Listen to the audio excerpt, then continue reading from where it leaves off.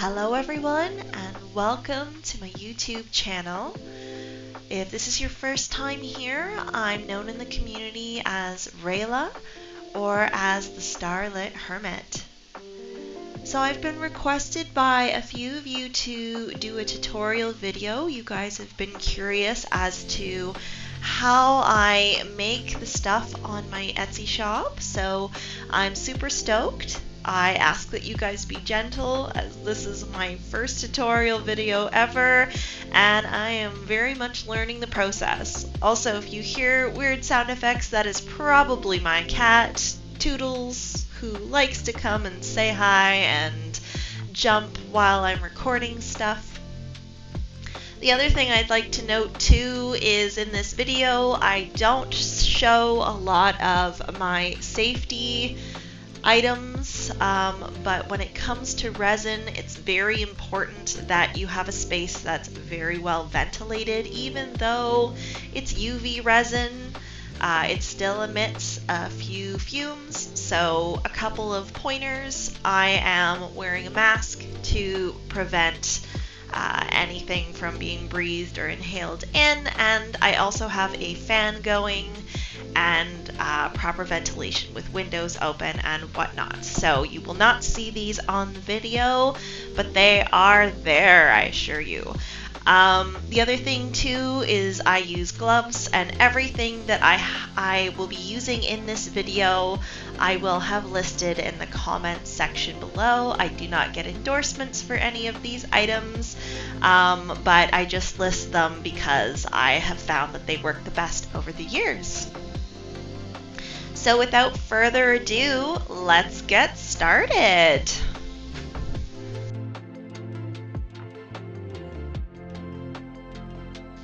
So most of the materials that I tend to use is from Let's Resin. They are a fantastic company who are just as passionate about resin as I am, and they have really good quality material at affordable prices, and not only that, they continue to expand their repertoire. So most of the items that I do use here are from them. And essentially, this is one of my workspaces, and that's Toodles in the background. Don't worry, he's okay. He just likes to come and say hi and then move away. So essentially, as you can tell, I'm using nitrile gloves. It's important that they are thicker and that they are black. Trust me, if they are any other color and you get resin on your hands and you put it under the light, you will get burned. Don't ask me how I know. Okay, so the first thing we do whenever we're starting a project is we take our tape, and we're going to use the tape to clean out any objects that we will be using and making sure there's no dust or fur in my case. Having 3 cats, cat fur is something I always contend with. So you always want to make sure that anything you're going to be using is clean and as lint and cat hair free as possible. And I not only do this at the start, I also tend to do this throughout the process. You could be working on something and then all of a sudden, you know, a cat hair is flying, and you want to make sure that it's clean at all times, just so that it doesn't contaminate any project that you're working on.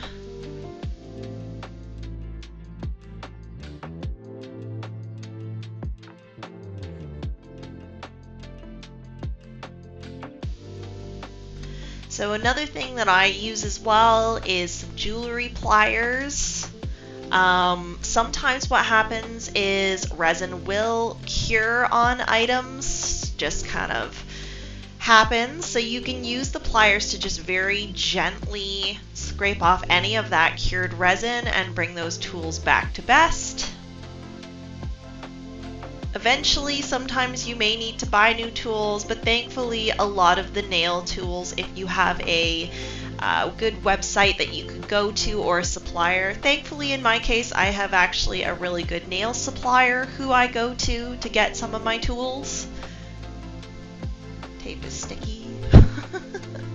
I also have a garbage bin nearby as well with a clean bag.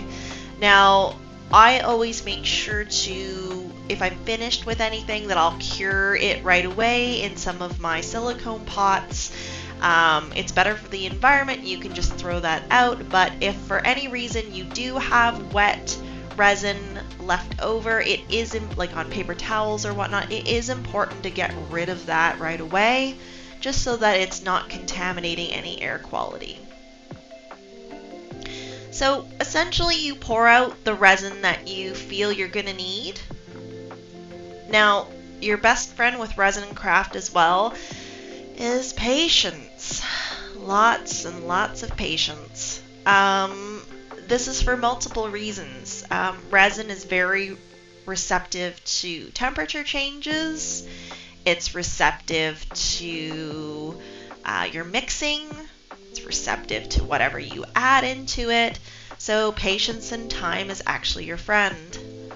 Now what I'm going to be using for these Spriggans is the Let's Resin Blue Violet coloring. I find that their coloring is amazing. It doesn't change colors too much when you pour it in. Some colorings that you get when you start to mix it into the resin will actually change colors.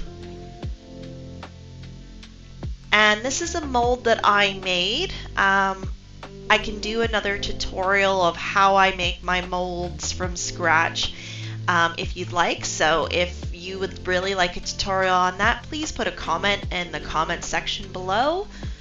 And I'll try and make that if you guys are interested and curious in that. So what I'm doing right now is essentially same thing, just cleaning off my mold. You can keep your molds in Ziploc bags as well to prevent them from getting dusty, but I find that I use my molds so often and so repetitively that it just doesn't make sense for me to just put them away. So you just make sure they're clean. So we're going to take our tool here, again, make sure it's clean, and we're going to start to mix. Hope you can see that. Start to mix our dye into the resin. Now it's very important when you're mixing resin to start at the surface in little wobbles and then gradually move your way down, and then sort of not lift very much as you move your way down as you're mixing, and then scrape on the side as I'm doing and move in gradually. If you've done baking before, it's pretty much the same thing. You kind of want to make sure when you're mixing resin that you're not getting too many air bubbles in there, and I find the more you lift your tool and fold in, the more bubbles you get. So the more you can actually stay on the container and keep your tool sort of at the bottom and just do slight little mixes, the better it is and the less bubbles you will get when you're mixing. Again, patience is your friend. The longer you can take, the more gentler you can be. It'll save you time in the long run, honestly.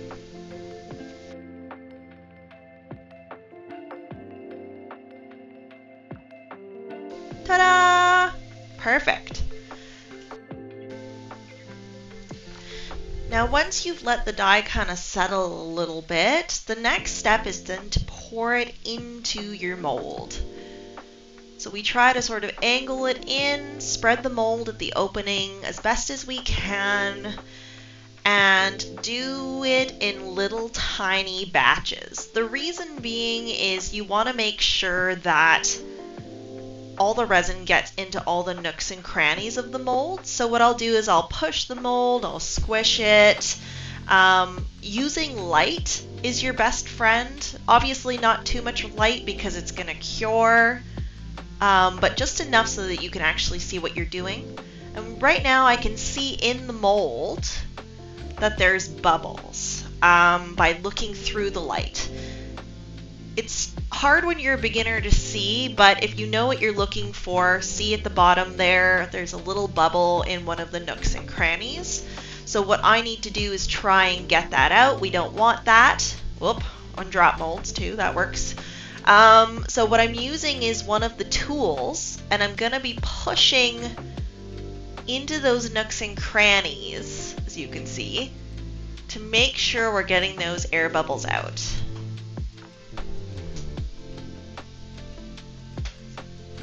And making sure that the resin is in there. This is the reason why, as well, you start with a minimal pour.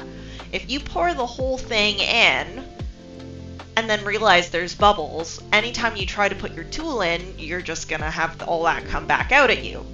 Ask me how I know. Lots of trial and error, trust me. So same thing, we pour a little bit more in, we squish the mold, we make sure that any of those air pockets are coming out through the mold.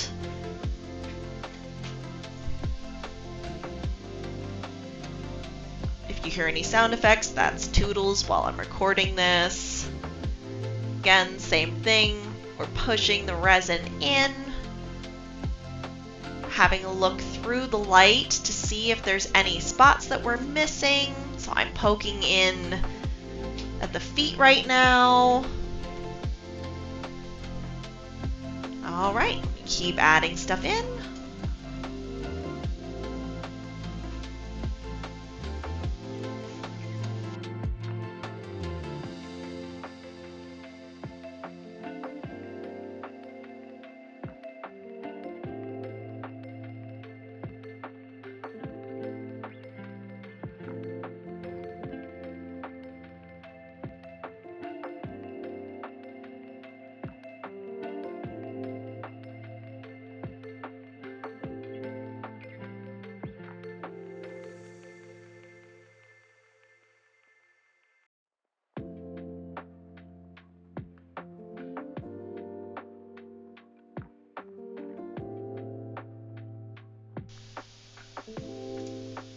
Now once that feels complete, you want to make sure when you're doing your pours that you actually pour a little bit over top of the whole of the mold.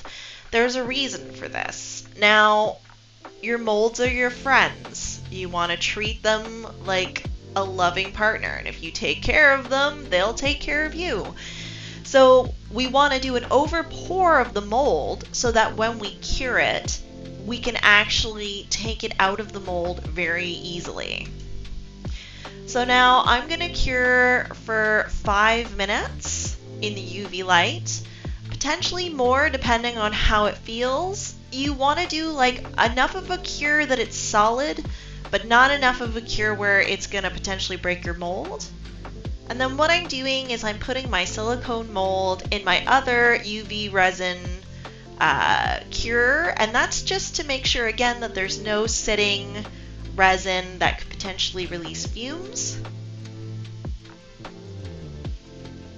Alright, once that's cured up, we're going to remove it, and what I'm going to do is take some pliers that have a little loop in them, and what we're going to do is again we're going to wiggle our way underneath the overcure.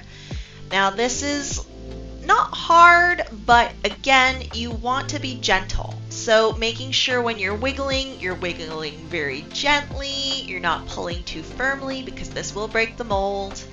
And we just tap, tap, wiggle, again, ta-da! And we have a Spriggan. Ta-da! Amazing. So now we've got this extra resin. So because we've only cured it a little bit, not fully to the hardness that we need, we're going to take our pliers and now we're going to trim away the excess.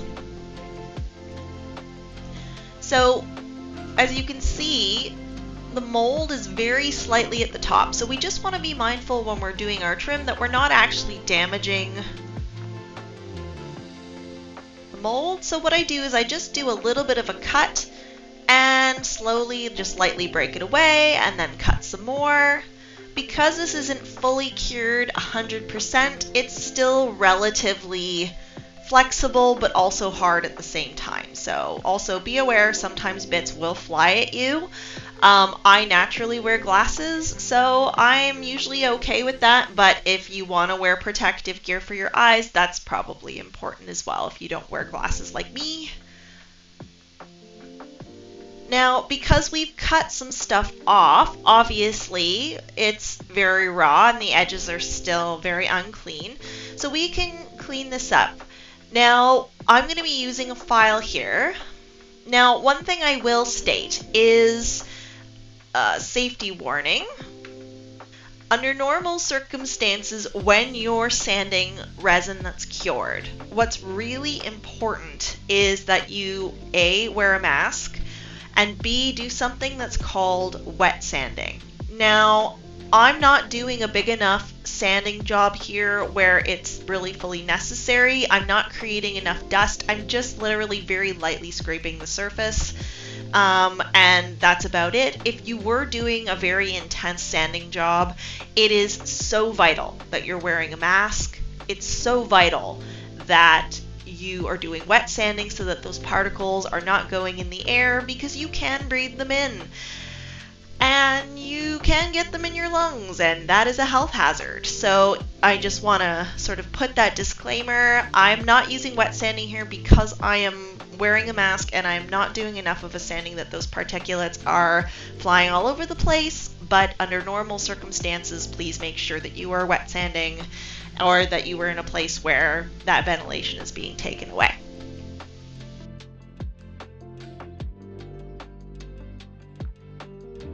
Alright, so he is nice and sanded and good to go. So next, we're going to get this really nice black wire. And the reason we're getting this wire is because if you remember from the Spriggan earring, he holds a gem. So we're going to cut a piece of that off. And we're going to use our bottle or anything around that you have handy to shape that into a circle or something that is going to be able to wrap around your Spriggan.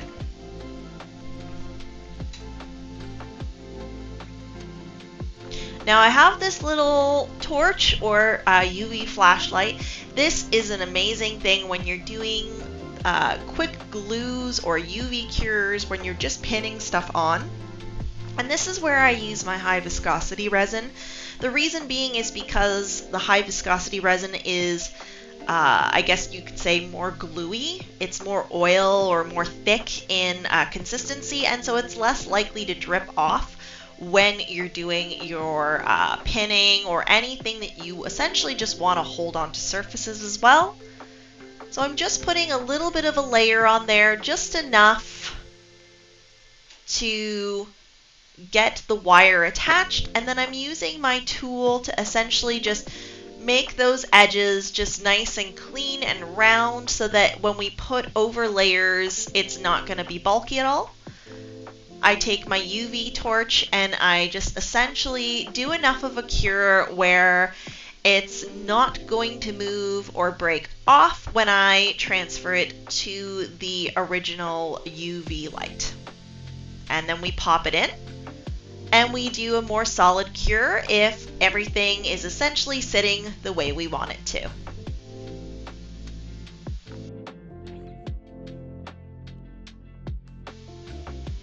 Now what we're going to do is we're going to take our circular nose pliers, ta-da, and we're going to make his hands by making little circles on the top of the wire. So essentially the best thing to do is just pin and fold over. Now the reason why I have tape on these pliers is to not add any abrasions or dents to the metal, but it's optional. I'm now going to take my amethyst piece and we're going to wiggle it into the Spriggan and see what fits best.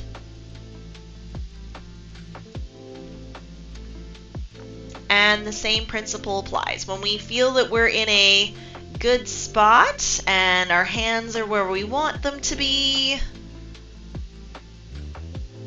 and they're the right shape around the amethyst, we're going to take our resin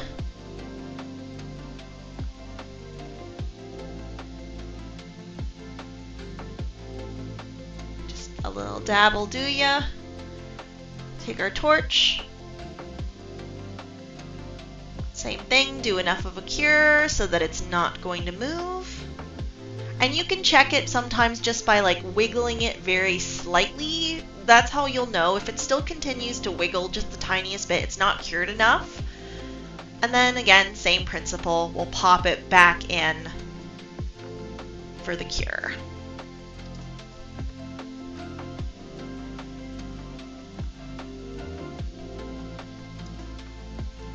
And I'll fast forward through this next part because it's honestly the same thing on the other side. You're just popping it in.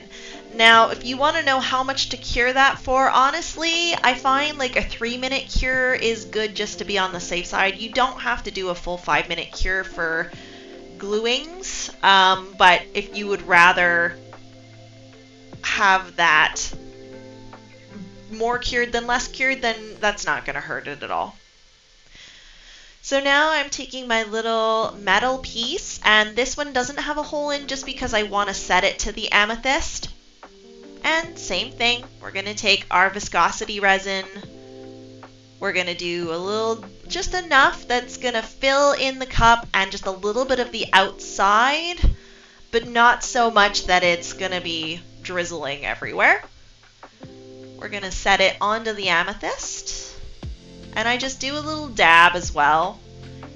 Now, if for any reason you do add too much, don't worry. You can take one of your tools and remove it if you need to. As long as it's not cured, you're fine. Once it's cured, it's a lot more difficult. A lot of the time, it's either breaking it off or sanding. Also, ask me how I know. But yeah, you can always change things pre-cure. You can't change them once they're fully cured.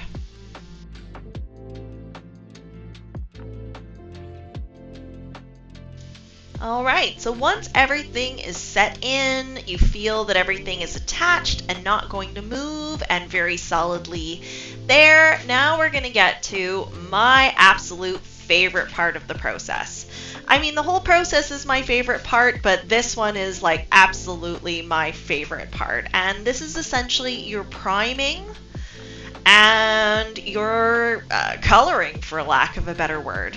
Now, sometimes you can do multicolors in your initial pour, and that's a way to do it too. But I've come to find that this is just a lot more fun. So you're going to take your UV primer, your base gel, and you're going to literally just start to coat your side. Now, what this base gel and primer does is if there's any scratches, any surface level marks, you'll notice with resin that as soon as you add an overcoat to it, it becomes clear again. So this is the reason why when you sand and it gets those white marks, don't worry, that's normal and they will disappear. And we're just going to, same thing, do this in layers. So we've got the base coat on now, and it's nice and shiny. The other thing you want is, again, you want enough light so that you can see if there's anything that you've missed, or if there's any hairs, cats, or any areas that are not fully glossed. And we're going to cure.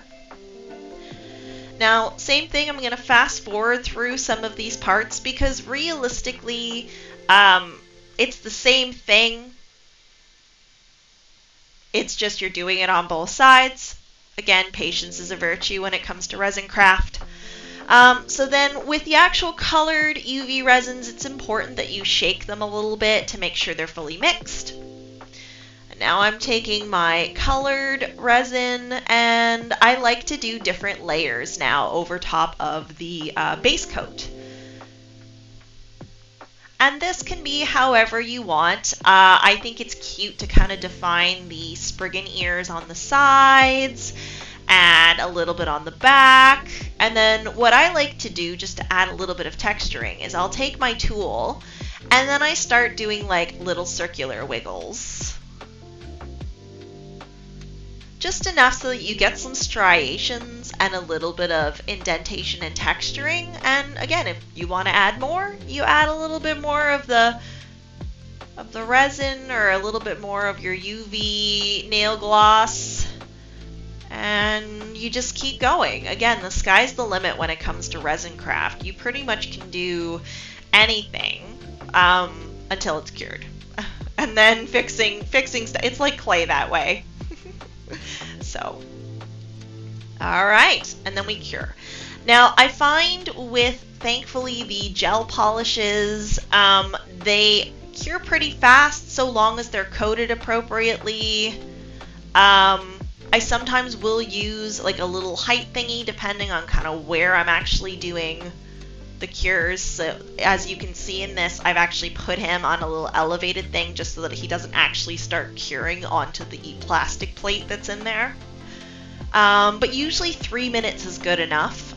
You can do more if you're ever unsure though. Alright, so once you've essentially done all your coloring, you think that's good to go. Now what we're going to do is we're going to add eyes to our little Spriggan. So what I like to use is essentially these cute little bezels or crystal-y thingies. They're circular. You can usually get these at any art store, or you can order them online if you've got an Etsy or art shop that you like to support.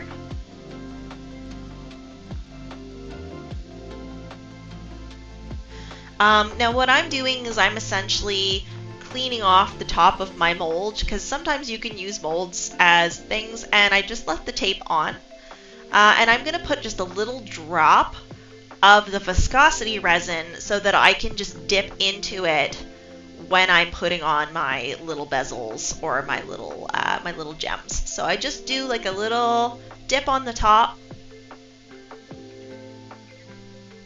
and I just put like a little dot where I'm going to put the eye or eyes. You can do them both at the same time if you want. When it looks good, take a little bit of pliers, or if you've got a really good dexterity, you can do them by hand or with the actual thing, but I find using little pliers is actually better and a little more coordinated for me.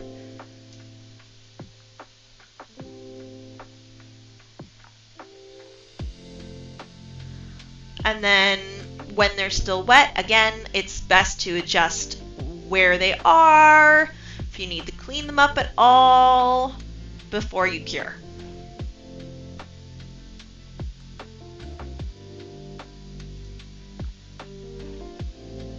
Again, use your torch just to do a base cure so that nothing slides around. Because the last thing you want is for anything that you've perfectly set to slide when you're putting it into the UV light, and then for you to take it out and find out that it's cured. Also have done that. I've pretty much done everything under the sun that you can imagine. And you know what? You just gotta kind of laugh at that point. Like, that's part of creating, is making mistakes. So once that's cured and good to go, we're gonna take our white colored paint resin,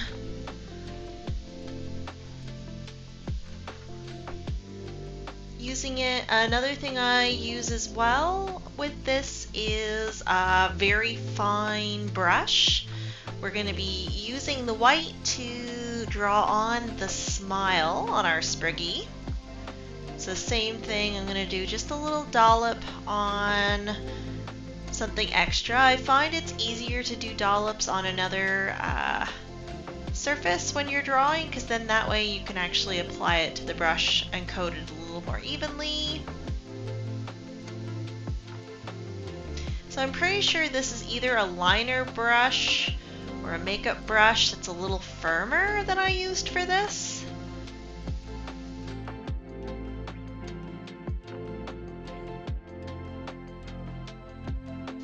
So we're just going to take some of our gloss, and we're essentially going to paint that smile on our Spriggy. Now same thing with this too. If for any reason you have too much on there, or you don't like the look of the smile and you want to edit it, again, you can do it before you cure. So thankfully with the nail gloss, I find it easy to just wipe any residue on my gloves. And then again, with a clean silicone brush, you can essentially just clean up your Spriggy.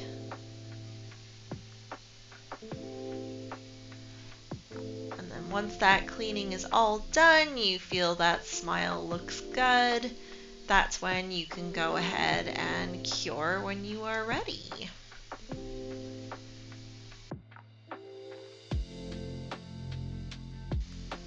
Now in this next part, I am taking a black colored nail gel, and I like to just do this on the edges or on the back, anything that you want to kind of have like a base for. And I find with gel polish, it's always easier to do layering up, if that makes sense, versus layering down, because you have to think about it every time you cure.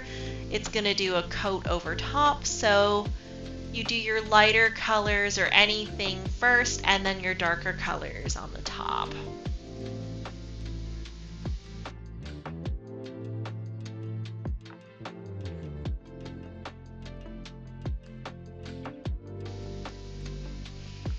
Once that's all said and done and you feel that you've gotten your coloring done, at this point, before I do any additional things, I'll just do a really good solid cure on both sides, usually a good 5-minute.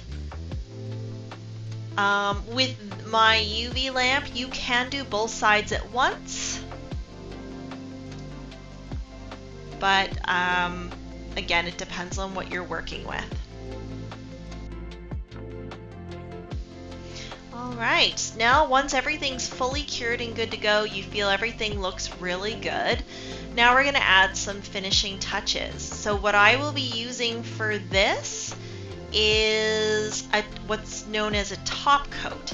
So again, if you're familiar with when you get your nails done, a top coat is essentially just a solid clear coat that will prevent scratching and also just give it a nice final shine. Now, you can do this, or if it's easier and you have the ability to do UV resin dips, that's another option as well. I usually will do dips with my Manfinia earring spires, but I find with dips, dips are a lot better for objects that are one solid coat. So with the Manfinia earrings, it's easy because they're spires, but I find with items or resin jewelry that you're doing that has multiple layers, or that is something that needs to have that uneven coat, I find doing the top coat a little bit easier, because then you can get that overlaying gloss without missing any spots and also without losing the shape, because with your dips you will lose a lot of the shape, and if you hold it for too long to get the resin off to get the shape back, you may actually miss coating. So it's just easier to do your top layer like this. So I find with this I'll do one layer at a side, or one side at a time, and again, you just do any cleanups if anything is sticking in between spots like I had to for the ears there. Now with your top coats, you do want to do a full cure before you paint the other side and make sure it's absolutely solidly cured, because if you go to start touching it and it's not fully cured, it's going to actually take your thumbprints or fingerprints, and that glossy finish that you just spent the time painting will not come out. Now, if you want to check to make sure without actually touching it, you can take an object like I am here and just tap it. And if you tap it and it's feeling pretty solid, you don't see any indentations, then you know it's cured without having to mess up stuff too much. So again, same verse as the first. We're going to go and we're going to paint the other side now. And cure and make sure everything's nicely glazed. And as you can tell, we have a nice, cute and adorable completed Spriggan. So for the finishing touches for the Spriggan, I'm going to be attaching the jewelry earring pieces. So for this I use again a little jump ring. Believe it or not, in jewelry craft I find jump rings to be the hardest.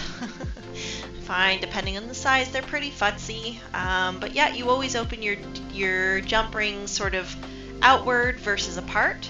Makes them easier to put them back together.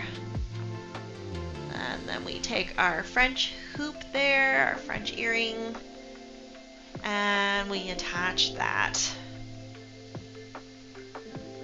Now, what you're not going to see on this video is once you're done your pieces and you're attaching anything that's metal, it's always important that you are polishing as you go.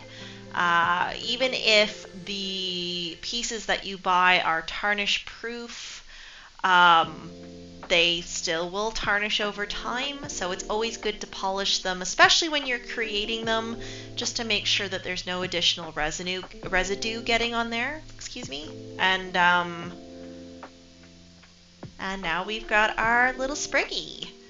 Now I won't in this video show how I made the earring, the additional earring backing, but the premise is pretty much the same.